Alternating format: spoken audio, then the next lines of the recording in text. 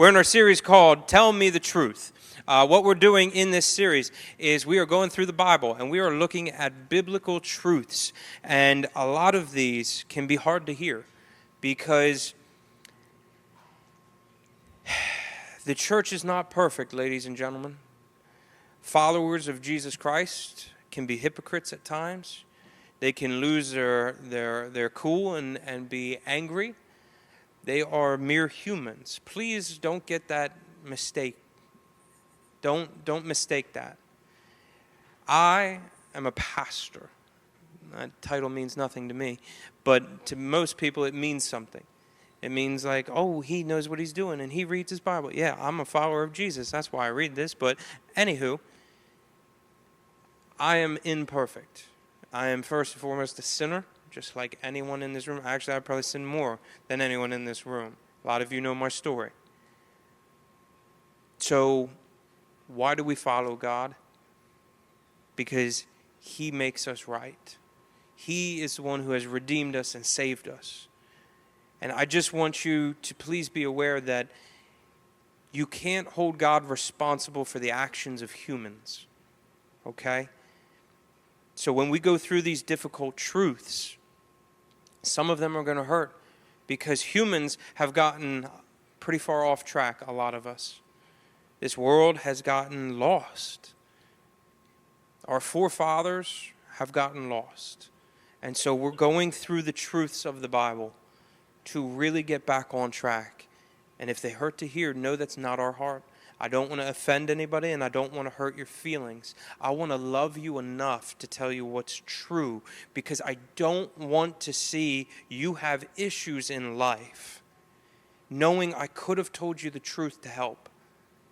I don't want to see you one day go to heaven and stand before God and Him ask you, is your name written in the book of life? Because that's the only way getting into heaven is if you believe in Jesus here on earth. But because I was afraid to have an awkward conversation or possibly hurt your feelings, I didn't tell you the truth. I didn't share the gospel with you. I didn't tell you about Jesus. And so what happens? You pay the price because I was unwilling to have an awkward conversation or tell you the truth. That's what this whole series is about. I'm setting aside my feelings. I'm setting aside what I want. Because when God told me about this, I was like, absolutely not. That sounds terrible. I don't want to do any of that. And He was like, okay, guess what? I'll give you the words. Get up there and do what I ask you to do. All right, Lord. So what did we talk about last week? Who remembers last week? You weren't in the country. Anybody? Zeke, what did we talk about? We talked about miracles, we talked about healing, and we actually had an amazing time of prayer for healing. And I believe the Lord healed a lot of people that night, and we have a lot of great testimonies that came out of it. But I want to touch on healing again tonight. This sermon was actually portion of it was wrote a very long time ago. This was the first sermon the Lord ever really gave me in my adult life. The first place I ever shared this was a bar room because I had not yet given my whole heart to the Lord and was living in my sin and doing things, but the Lord was still using me, which is just a testimony to His goodness. But this was one that's always been near and dear to my heart, and it is entitled Wounds versus Scars. And so this is something I know that plagues our world today and plagues a lot of you. And so we really need to understand the biblical truth when talking about this. Now, just so you don't freak out and get weird on me, these are emotional wounds and scars, not actually physical wounds and scars. I just want you to understand that. I'm not going to be like doing anything weird or crazy up here. But emotional wounds, emotional scars, they're a real thing, and they certainly are here today. So what are ways, and I want you to answer this for me, what are ways that people in life, or life in general, can give you an emotional wound or an emotional scar? Seriously, there's like a billion. Like literally, you could just shout out anything. Sadie. Betrayal. Being betrayed. That hurts. Lying. You lie to somebody, it hurts their feelings. It causes them pain. And I'm not just saying like, hey, Nathan, I like your shirt, when I don't, even though I love your shirt because I made it. But a real lie like, hey, I'll be married to you forever, Becca, and I lied. Like, that would hurt really bad. That would turn her world upside down if that was a lie. I mean, talk about having post-traumatic stress. I mean, come on, Zeke. Name calling, slandering, hurting people verbally with your words. Ethan. Saying I hate you, speaking poison into people. Unexpected tragedy, death, being lied to, cheated on, physically hurting someone, abandonment, manipulation, or withholding your love. These are just a few that came off the top of my head when I was writing this. These are wounds that I have had myself. These are things that everyone has had some dealing with in the past. So here's the thing, though. If we've all dealt with it, why have we never talked about it? Why am I the first person to probably talk to you about these tragedies, these hardships in life? Because wounds aren't fun. They're uncomfortable. I don't like them. When I hit my daughter wants to be a doctor, praise the Lord. She has, for the last 3 weeks, been grabbing my finger, because my fingernail's purple, if you can't see it, because I shut it in a door, very stupidly. And she has been having a ball. Daddy, your boo-boo. I need to fix your boo-boo. And it just blows my mind that it's taking this long to heal.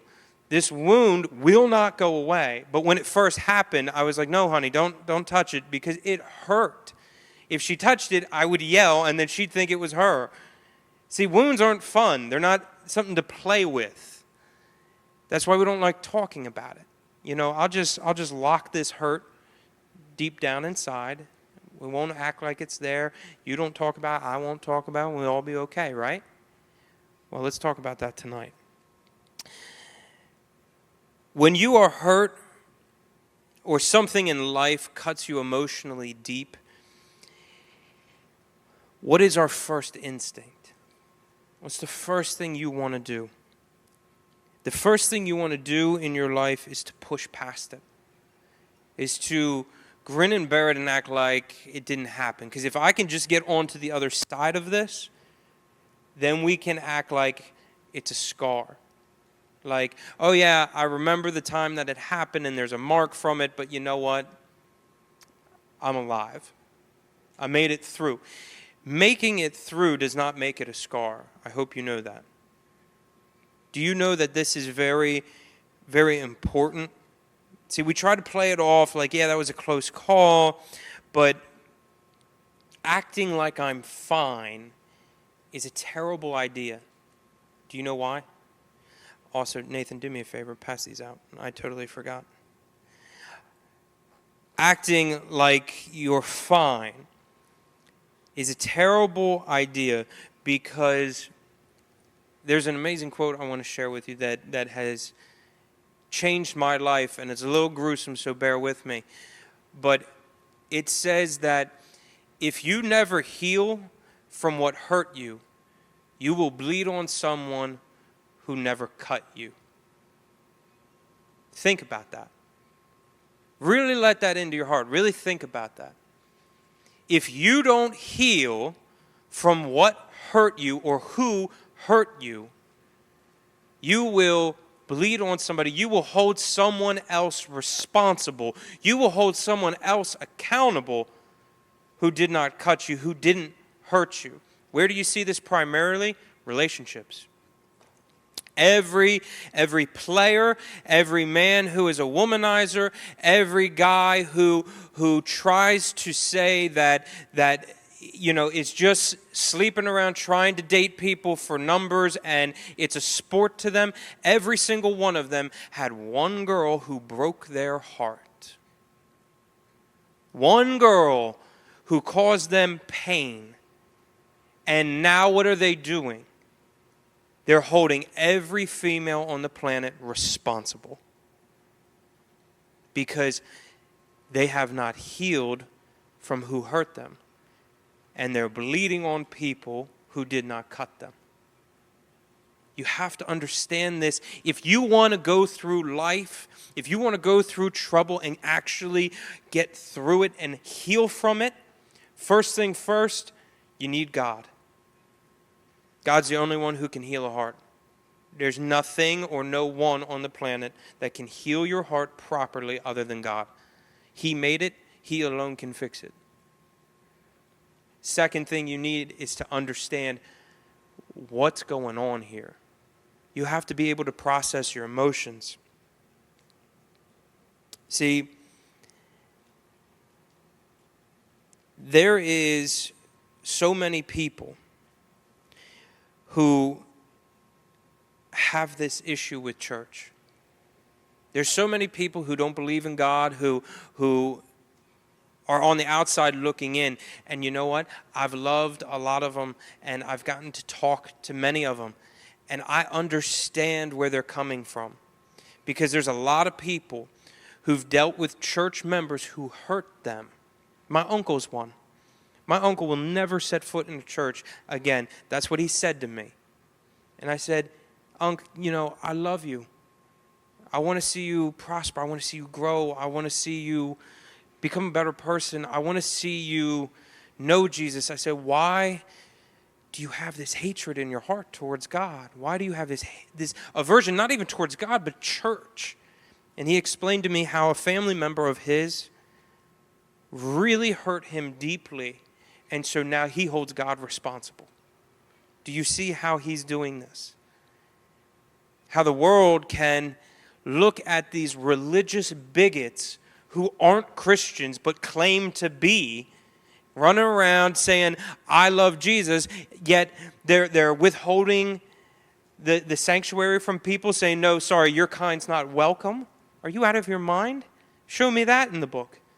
Show me that Jesus who said, no, you're not allowed in church. It breaks my heart when people do this, because what you're doing is you're driving a wedge between those who don't know Jesus and God, because they're judging him based off of you. That's why I always tell you guys, if you say you're a Christian, you better take it seriously and really be mindful of how you're presenting yourself. I struggled with this for many years, and many of you will.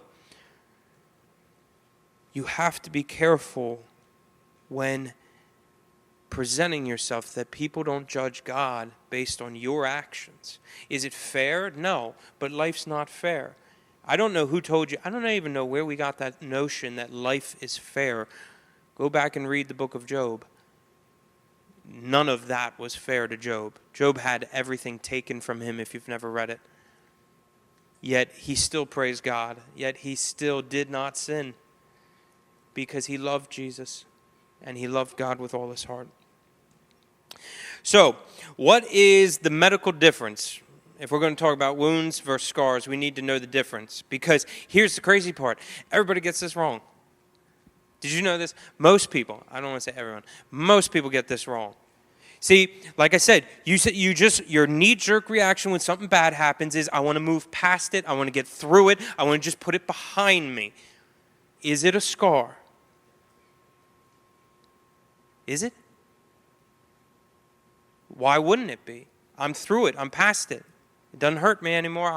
I'm not paying attention to it anymore. It's locked behind me. See, everybody wants to say, if I can get through it, then it's a scar. Wrong. A wound is a sore, a vulnerable cut. It's open. It is medically different than a scar, because a scar is healed. A wound is still susceptible to infection. It still hurts. It's still red. It's still sore. See, some of you want to say, oh yeah, I used Come on, guys. I did this for 20 years with that teacher who verbally abused me when I was like in the 4th grade. I was like, oh yeah, I'm 20 years old now. I'm fine. I made it through. I'm an adult now. I'm grown up. I'm good. No, you just pushed past, and you carried this wound with you for how many years? You know how I knew it was a wound? It hurt to talk about. I still wouldn't say his name. I still wouldn't tell people about it because it caused me pain. Sound familiar? It's not a scar if it is painful, if it hurts. There's no resolution there. There's no healing. And the problem with wounds in your life, emotional wounds that you don't address, that you don't bring to God to heal, if you have a cut, you're outside riding your skateboard and you cut your knee and it's a good one, what would happen if you just act like it wasn't there? You go and just play soccer, and you get dirt in it, and it gets ground in there real good, and your mom's like, hey, we should fix that. Fix what? I don't know what you're talking about. Everything's fine. We're good. What would happen? You get infected. Infection is when bacteria sets in and starts making it worse. Infection is the one thing that is even worse than the cut. Because what happens is that infection, once it grows and it really takes root in your wound, it spreads. And it spreads to different areas of your body until everything is shut down. Infection is the one thing that causes healing not to happen. If there's infection in a body, it cannot be healed without a third party. You need antibiotics. You need alcohol to be scrubbed onto it. You need a doctor who can put an IV to counteract an infection. Once an infection is set in, you can't just let it go and hope. It counteracts healing. It refuses to let your body heal itself. That's what time does with your emotional wounds. You act like it's not there. It's getting worse, and it's spreading. What that teacher did to me was he attacked my intelligence, and he said because I was dyslexic that I was stupid, and he used to make me read in front of the class and make fun of me. And what happened is over the years, decades gone by, I let it go and I refused to talk about it because it hurt. And it affected my self-esteem. It affected the way I seen myself. It affected the way I carried myself and presented myself. All of a sudden now I wasn't outgoing and bold. I was self-conscious and nervous and anxious because I was afraid of everyone. It grew like a poison inside of me. Until one glorious day, the Holy Spirit showed me how sick I really was. And I said, okay, great. I'm going to die. And he's like, no, I can heal you. I can change it. If you're willing, let me clean you up. Now, I don't know if you're anything like me. My mother was an emergency room nurse and a nurse all of my life. That woman has a joke. She says that she's put enough stitches in me to make a quilt, because that was my mom's job, putting me back together. I always was doing something stupid with my brother, jumping off the roof, and I mean, there was no snow or anything. It was just middle of July. Anyway, I used to get hurt all the time. And I got good at hiding these wounds or trying to take care of them myself, because whenever I'd come to my mother and she'd find out that I had a big cut or a gash, oh my gosh, she's so mean. She loves me, but she's so mean.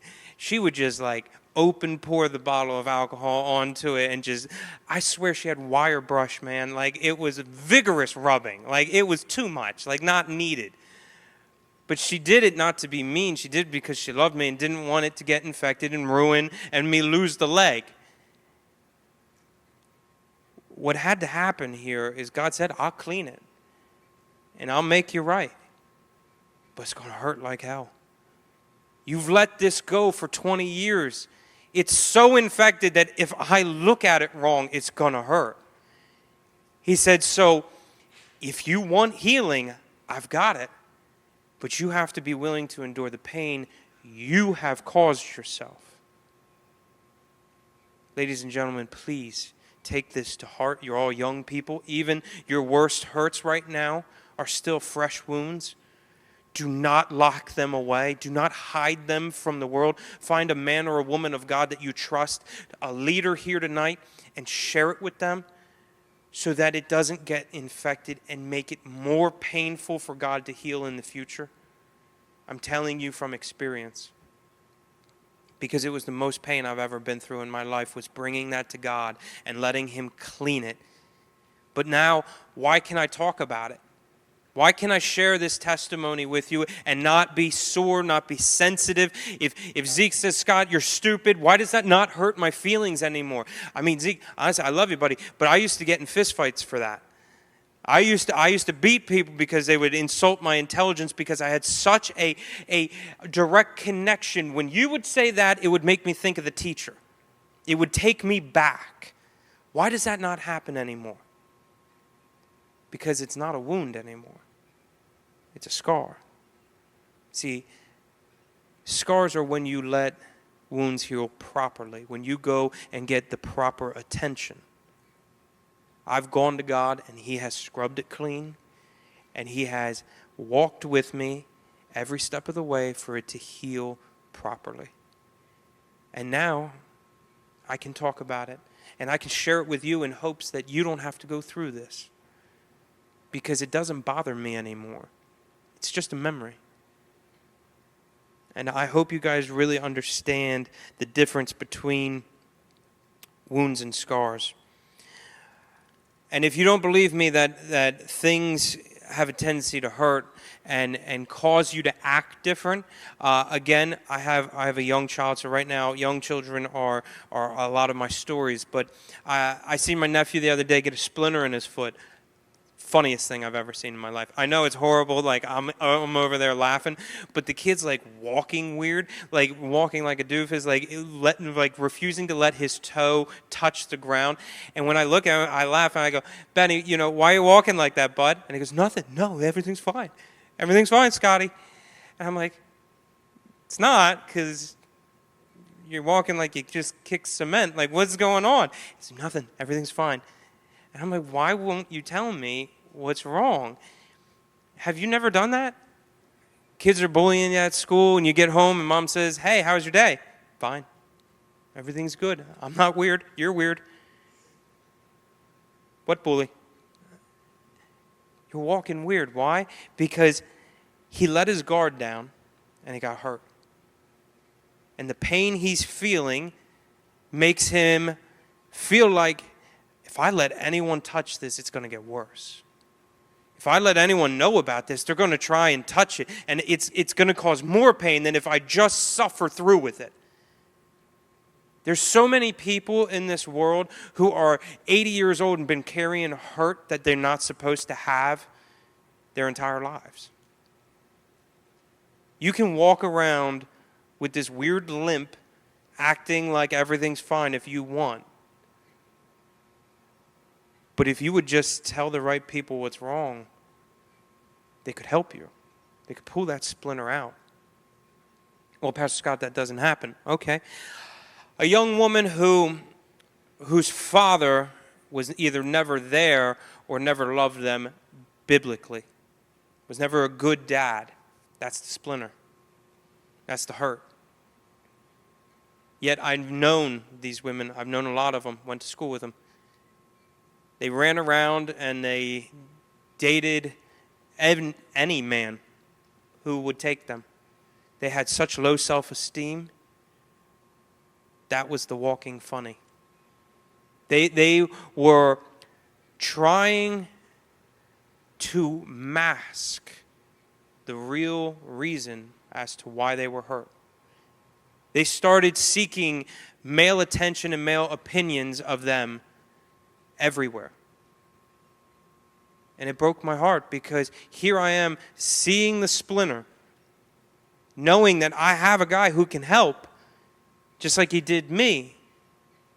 He'll pull it out for you, and it's not gonna kill you. It's gonna hurt a little bit, but I'm telling you, it's nothing more than what you're dealing with. And yet they chose to continue to walk around like everything's fine, and yes, my foot hurts, but nothing's wrong. See, we do this emotionally, and I hope you can put the image I'm putting out there with what's going on in your life, with that scenario that nobody knows, with that thing that hurts to talk about, and so you don't share. That's your splinter. And what's happening is when you snap at your parents, and even you are like, well, that's weird, why did I do that? That's the walking funny. Your behavior is starting to change because of your wound. Your emotional wounds will change your behavior. It happens. It happened to me. I was a mean person. I was an angry person before God healed me of all those past childhood hurts and traumas. Once He healed that, oh my gosh, I could start loving people again. I could start giving people the benefit of the doubt. I could start saying, not all teachers are bad. There was a time I did not believe that. I believed all of them were evil. I'm telling you guys, man, you walk differently when you're carrying hurt with you. You walk in a way you're not meant to. And so I hope that this helps you understand that you're not supposed to go through life like this. So, see, too many times we have to deal with it. We have to deal with what goes wrong, and it's just not fun. But the problem is, even if you don't, whether you want to deal with it or not, or even if you do deal with it, does it ever go away? Will it ever leave you? See, I remember my first scar. It was a very traumatic experience for a 9-year-old. I was running, and this is the crazy part. I'm 32 years old. I'm not a mathematician. It happened when I was 9, so do the math. I'm 32 years old, and I remember it like it was yesterday. I was running at my mom's work, Frederick Mennonite Community, over by Boyertown. Me and my brother were racing towards her door. I can remember the silver bar handle. It was a French white door with the square glass windows in it. And back then, I was tiny and skinny and fast. And my brother used to hate it because I could beat him in a foot race. He got so angry that he pushed me. And when he pushed me, it threw me off balance. So when I reached out to grab the handle to stop myself, my hand blew through the glass. And I remember the sound that it made, and I remember turning my hand over and being happy because I was okay. No blood, no cuts, no nothing. It was actually this hand. And I will never forget the sound that it made when I looked away and pulled my hand out. And I stood there staring at my father, who was about as far away as Autumn was. And I will never forget the look on his face when his smile, just being with his boys. We were picking berries at a local farm beforehand, taking them in to my mom.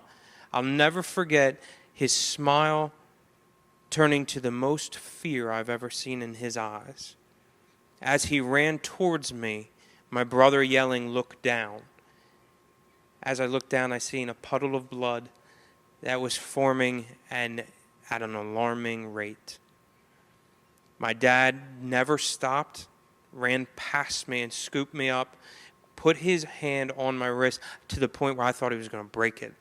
But what he was trying to do was cut the circulation off to my hand because he was afraid I had cut my vein and I was going to bleed out in minutes. Luckily, my mom worked at an old folks home who have doctors there.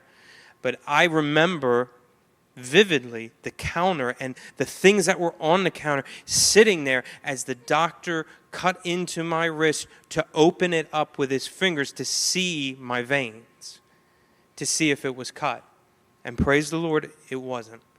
It was like the width of a human hair to the left. But then they bandaged me up and shipped me to the hospital, and they had to put me in a thing called a papoose, which literally straps you down to the table because I was screaming and freaking out so much that they were about to ram a needle in my arm and try and sew me back together the first time. Things don't leave you. Traumatic experiences will be with you. How can you be healed then? Scars remind you of what you've gone through, but they don't have to be painful. Wounds are painful. See, I look back on that story and I laugh a lot of times when I tell it because it's a story of me and my brother being stupid and competitive, resulting in almost my near death. Boys, I tell you. But when God heals you of something, He heals you of the pain, but He doesn't take away the memory, because the memory serves true to understand that God can get you through anything in life, that He will be with you every step of the way. When I look down at that scar, I remember how much my dad loved me, how much my mom cared, how amazing they were in a extremely dangerous situation, how much they reacted properly, and it's a good memory now. At the time, not very good. Even a couple years after, it was not a fun one. But looking back, I'm happy that it happened, because you know what it taught me? Be careful. It taught me a lot growing up. Your valleys, your trials, the things you will go through, the emotional wounds on your heart will teach you things if you let God. If you ask Him, Lord, don't just get me through it, but help me learn from it, because then the horrible things that happen to you serve a purpose. They're not just worthless. I had a tree fall on my house. First house I ever bought. Karate chopped it in half and did $85,000 worth of damage. There's no good in that, right? There's no glory in that. I remember coming home. My phone was going crazy, like thousands of people calling my phone, and I was like, this is weird. But I was just 5 minutes away. I remember walking into the back, seeing my brother standing there, and he just looks at me and goes, well, this is going to be fun, like expecting me to scream and start swearing and get all besides myself. And I just went, well, that's not supposed to be there. And he's like, why are you laughing? Why have you not burned this house to the ground? Why are you so calm right now? And I said, because I want to try something different. And he said, what? What do you mean? I said, before I get angry and before I scream and rant, because I can do that at any moment, I want to see what God's going to do. I said, God, I'm going to give you this. Show me what you're doing. Day goes by, nothing. Week goes by, nothing. Takes almost a year to start actually getting the insurance company to process the claim, and I have a tree literally in my guest room. It had come through the house, and it's causing water damage everywhere. It's ruining the floors, and I'm like, God, I am trying to be patient here. Can you help a brother out? And I said, what are you doing? Finally, he showed me what he was doing. Once I met my wife, and we got married, and she started living there, we were able to sell our home at an incredibly great profit, because that tree did $85,000 worth of damage, but it also gave me $85,000 to renovate my house. I bought it as a fixer-upper. I bought it because there was a lot wrong with it. That tree God gave me to fix everything. I did what I wanted to do in 30 years in 1 year. because I had the money to do it. I got a new roof, new siding, new well was put in. It had everything was brand new. So when people came through, they were like, "Oh, everything's beautiful." I'm like, "It wasn't. Should have been here last fall. There's a tree here." Like, it was bad. It was the biggest blessing that has ever been poured out on my life. Part of that money from the tree let me go to Costa Rica on a mission trip for the first time with Abundant Life. I mean, that's how good God is. He can take bad and make good come out of it. It's what he does. It's whether or not you're willing to let him. If I just ran off the handle and started screaming, it would have never happened. So there's a woman in the Bible we want to talk about, because I'm already way over. There's a woman in the Bible I want to talk about. Her name's Hannah. She was loved by God, but Hannah went through the emotional struggles. I don't know if many of you know this story, but Hannah went really through emotional wounds. Hannah was barren, means she couldn't have children. Back then it was a very big deal because women, unfortunately, were looked at as that was like their primary job. And it was, if you could have a lot of kids, you were regarded and revered. If you couldn't have any kids, you were pretty much deemed worthless. And so the fact that she had no children and couldn't have children was a very big deal, and it hurt her deeply. And so the Bible says that there was this jerk that was Hannah's rival, it says. And it says that she tormented Hannah, and she used to make fun of her, and she used to do things. It blows my mind. It says here that she would do things provoking her in order to irritate her. Went on year after year after year. This woman used to terrorize Hannah. Used to make fun of her because she couldn't have kids. It's not something she can control. It's like making fun of a disability, that my dyslexia. I didn't do this. I was born with it. It's just the way I am. I mean, this hits home with me, man. And this woman, I mean, Hannah would get so upset that she'd stop eating. She'd stop caring for herself.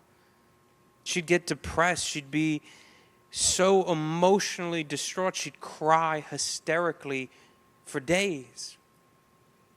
I mean, I don't know about you, but that sounds like a pretty big emotional wound.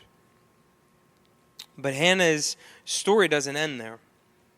Hannah goes on to bring this wound to the Lord. She prays to God. And it doesn't say that she just prayed. It says she prayed earnestly. She prayed with all her heart. She cried out to God, laid her wounds before him, and said, "Lord, remember me. Don't forget me. Next time you're about to do something amazing, remember me. Because, God, I need you." She didn't run away from God. She didn't hide her issues from God. She brought them to God. She ran towards God. And God remembered Hannah. He gave her a son named Samuel. Or Solomon, I'm sorry. Samuel. Sorry, I was right the first time. Stop correcting me.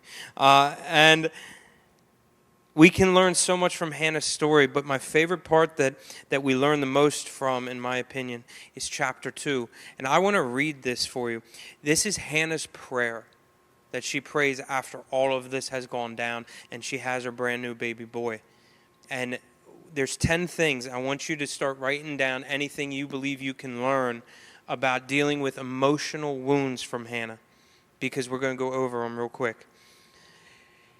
It says in 1 Samuel 2, 1 through 10, Hannah's prayer. "My heart rejoices in the Lord. In the Lord my horn is lifted high. My mouth boasts over my enemies, for I delight in your deliverance. There is no one holy like the Lord.